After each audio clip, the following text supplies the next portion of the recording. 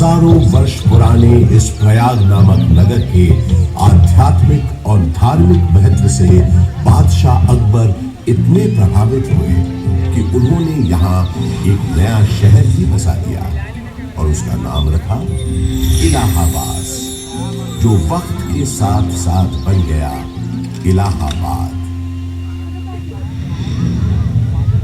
अपनी भौगोलिक स्थिति, सुंदर आबोहवा और राजनीतिक महत्व की वजह से इलाहाबाद ब्रिटिश हुक्मरानों को भी बेहद पसंद आया और कुछ ही समय में ये शहर ब्रितानी हुकूमत का एक महत्वपूर्ण केंद्र बन गया। इलाहाबाद हाईकोर्ट इसका एक जीवंत उदाहरण है। देश के 4 उच्च न्यायालयों में से तो एक ये है ही। इसके अलावा अनेक महत्वपूर्ण और ऐतिहासिक फैसले देने का श्रेय भी इस न्यायालय को जाता है। शिक्षा के प्रसार के लिए अंग्रेजों द्वारा बनाया गया इलाहाबाद विश्वविद्यालय इस शहर को उनका दूसरा महत्वपूर्ण योगदान था। इलाहाबाद विश्वविद्यालय की स्थापना 16 नवंबर 1887 को हुई। पूर्व का ऑक्सफोर्ड कहे जाने वाले इस विश्वविद्यालय का शुरुआती नाम म्योर सेंट्रल कॉलेज था।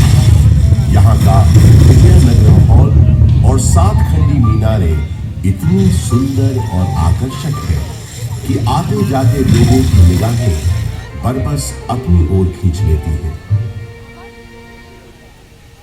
20वीं सदी की शुरुआत से ही इलाहाबाद हिंदी साहित्य का एक बहुत बड़ा केंद्र बनकर उभरा। ऐसी ही कुछ प्रसिद्ध शख्सियतों के नाम एकाएक तब याद आते हैं जब इस शहर से जुड़े साहित्यकारों की बात होती है, जैसे हास्य व्यंग के मशहूर शायर अकबर इलाहाबादी साहब, फिराक गोरखपुरी जो उर्दू के जाने माने शायर तो थे ही, अंग्रेजी भाषा के भी प्रकांड पंडित थे, महादेवी वर्मा हिंदी की सशक्त कवियत्री जो आधुनिक मीरा के नाम से भी जानी गई, सुमित्रा नंदन पंत हिंदी साहित्य के छायावादी युग के महत्वपूर्ण स्तंभ, मधुशाला के लेखक और हिंदी साहित्य के पुरोधा कवियों में से एक हरिवंश राय बच्चन और अपने नाम ही के अनुरूप हिंदी भाषा के निराले कवि सूर्यकांत त्रिपाठी निराला, जिनकी ये कविता तो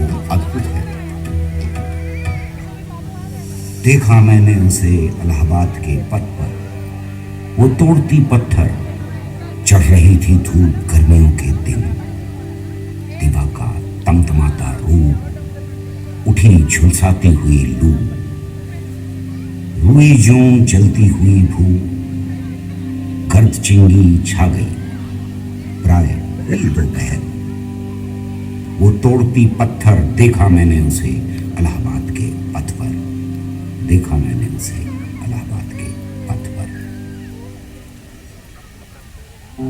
कला और साहित्य के साथ साथ राजनीति का भी खास गढ़ रहा है प्रयागराज। स्वतंत्रता संग्राम के अनेक शूरवीरों और गणमान्य व्यक्तियों का नाता इस शहर से रहा है, जैसे पंडित मोतीलाल नेहरू, राजश्री पुरुषोत्तम दास टंडन, महामना मदन मोहन मालवीय आदि। स्वतंत्र भारत के पहले प्रधानमंत्री पंडित जवाहरलाल नेहरू का जन्म इसी शहर में हुआ था। उनका घर आनंद भवन स्वाधीनता संग्राम की गतिविधियों का एक बड़ा केंद्र था, जिसकी वजह से प्रयागराज भी आजादी की लड़ाई का एक महत्वपूर्ण हिस्सा बन गया। आजादी की बातें करें तो मुझे याद आता है सन 1857 का स्वाधीनता संग्राम, जिसका गवाह मैं खुद रहा हूं। अनेकों भीषण लड़ाइयां मैंने देखी। एक बार तो मुझे लगा था कि बस हमें विदेशी हुकूमत से छुटकारा मिल ही गया, लेकिन इसे बदकिस्मती कहें कि अंत में बाजी पलट गई। परंतु इन युद्ध की वजह से इलाहाबाद एक दिन के लिए ही सही भारत की राजधानी बना। वो दिन था 1 नवंबर 1858। उस दिन प्रयागराज के मिंटो पार्क में एक शाही दरबार लगा था, जिसमें लॉर्ड कैनिंग ने महारानी विक्टोरिया का महत्वपूर्ण घोषणा पत्र पढ़ा। आज 1 नवंबर 1858 के दिन से हिंदुस्तान में ईस्ट इंडिया कंपनी का राज खत्म होता है। अब से इंडिया में मलिका विक्टोरिया का राज होगा। ब्रिटिश ताज की हुकूमत होगी यहाँ। उस दौर से निकलकर समय के साथ थोड़ा आगे बढ़े तो मुझे याद आता है अपने चारों ओर बाहें फैलाए ये विशाल पार्क, जिसके आंगन में खड़ा मैं आज आपको ये कहानी सुना रहा हूं। बात सन 1870 की है, जब एडिनबर्ग के ड्यूक एल्फ्रेड साहब इलाहाबाद आए थे। उन्होंने यहां आकर 133 एकड़ के इस बड़े से भूखंड पर एक विशाल पार्क का शिलान्यास किया था। उन्हीं के नाम पर तो इस पार्क का नाम पड़ा है एल्फ्रेड पार्क। ब्रितानवी हुक्मरानों ने इस पार्क के भीतर कई एक महत्वपूर्ण इमारतों का भी निर्माण करवाया। अब जैसे कि ये मशहूर गवर्नमेंट पब्लिक लाइब्रेरी। इलाहाबाद के उस जमाने के कमिश्नर फ्रांसिस ऑटवे मेन एक लाइब्रेरी बनवाना चाहते थे, जिसके लिए उन्होंने मशहूर आर्किटेक्ट रिचर्ड रॉस्किल बेन को बुलवाया और कहा, बेन, हमने तुमको बोला था ना, हमको एक लाइब्रेरी बनाने का है। I remember, sir. आपने बताया था आपका डियर फ्रेंड और इलाहाबाद का एक्स कमिश्नर मिस्टर कटबर्ट बेंसले थॉर्नहिल का मेमोरी में आपको एक लाइब्रेरी बनवाना है, राइट? यस, थॉर्नहिल खुद एक बहुत काबिल टाउन प्लानर था। आधा इलाहाबाद उसी ने प्लान किया है। ये लाइब्रेरी उसकी मेमोरी को बिफिटिंग ट्रिब्यूट होना चाहिए। ओह, आप बिल्कुल बेफिक्र रहें सर। मेरे दिमाग में स्कॉटिश बैरोनियल रिवाइवल स्टाइल की एक ब्यूटीफुल बिल्डिंग का प्लान है, जो एकदम परफेक्ट होगा ट्रिब्यूट देने के लिए।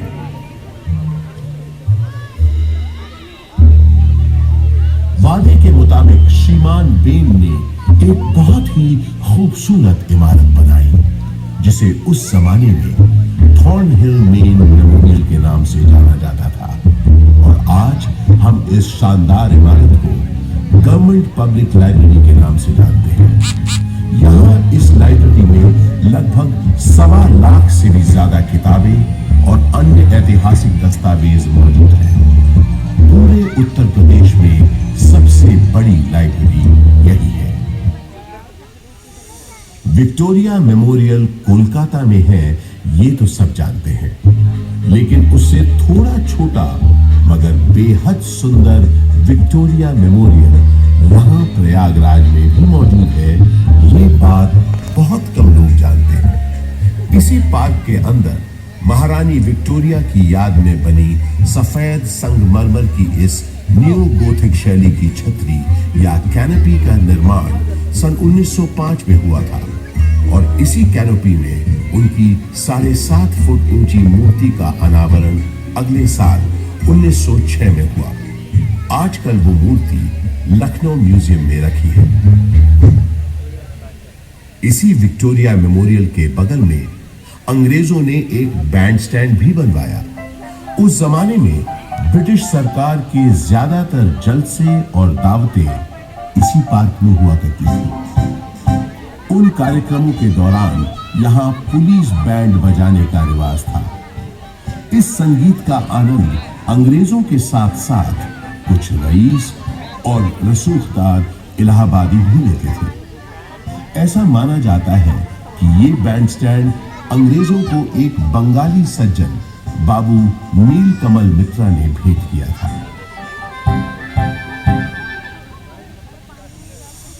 पंडित बृजमोहन व्यास और कुछ अन्य गणमान्य व्यक्तियों के प्रयासों से इलाहाबाद संग्रहालय की एक छोटे से स्तर पर शुरुआत सन 1931 में ही हो गई थी। एल्फ्रेड पार्क में म्यूजियम के वर्तमान भवन का शिलान्यास पंडित नेहरू ने 14 दिसंबर 1947 को किया और भारतवर्ष के 4 राष्ट्रीय संग्रहालयों में से एक इलाहाबाद म्यूजियम सन 1954 में आम जनता के लिए खोल दिया गया। यहां पुरातन शिल्पकृतियां, प्राचीन पाषाण प्रतिमाएं, कांसे की दुर्लभ वस्तुओं और पांडुलिपियों के अलावा 75,000 से अधिक कलाकृतियों का एक विशिष्ट संग्रह है। वास्तुकला के इन धरोहरों और अद्वितीय संग्रहालय के अलावा ये पार्क एक ऐसे स्वतंत्रता सेनानी के नाम के साथ भी जुड़ा है जो कभी फिरंगियों के हाथ न आया और हमेशा आजाद ही रहा।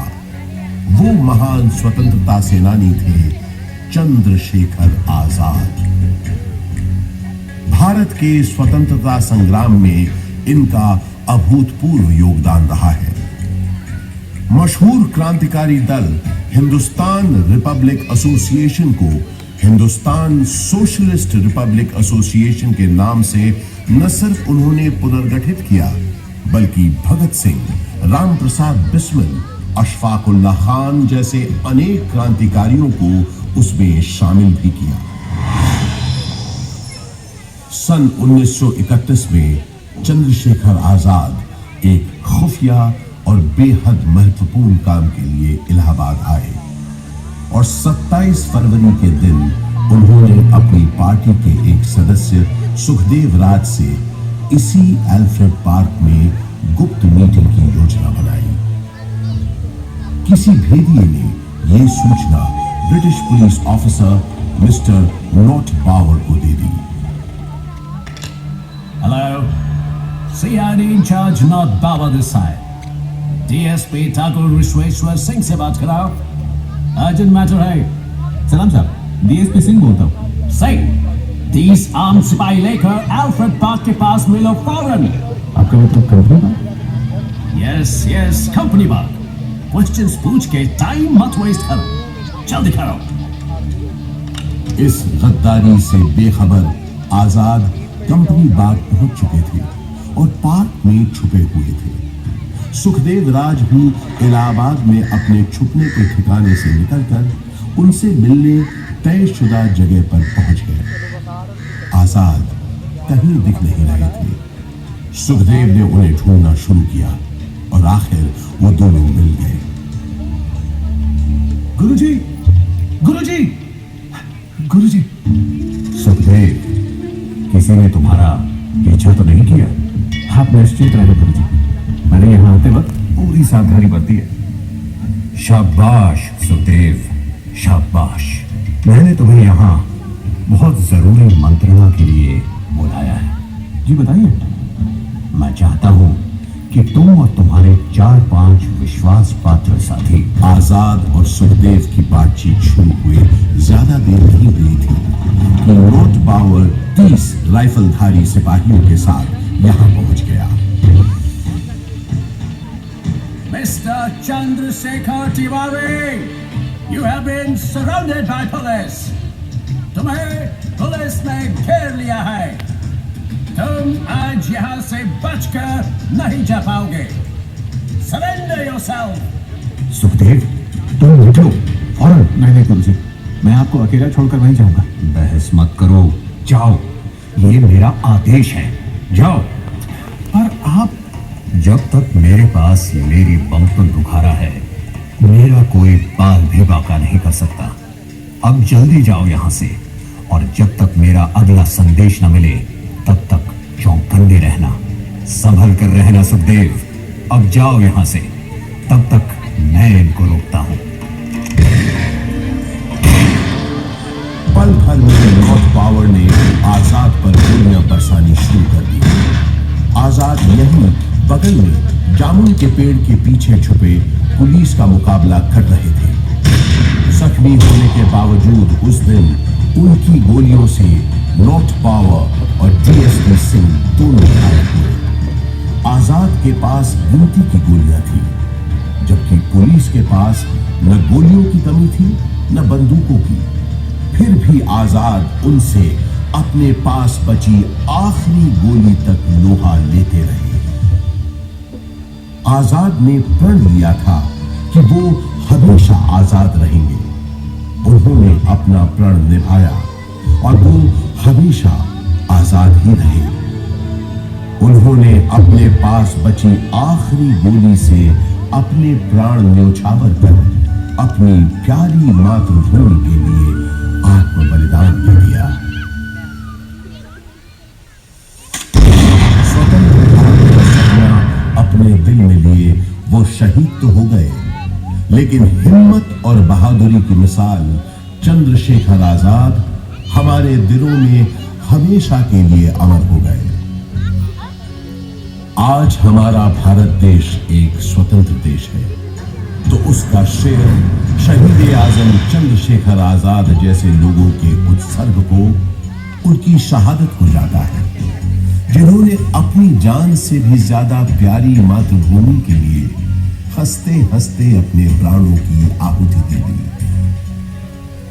आजाद अक्सर कहा करते थे, अंग्रेजों की गोलियों का हम सामना करेंगे। हम आजाद थे, आजाद हैं, आजाद ही रहेंगे।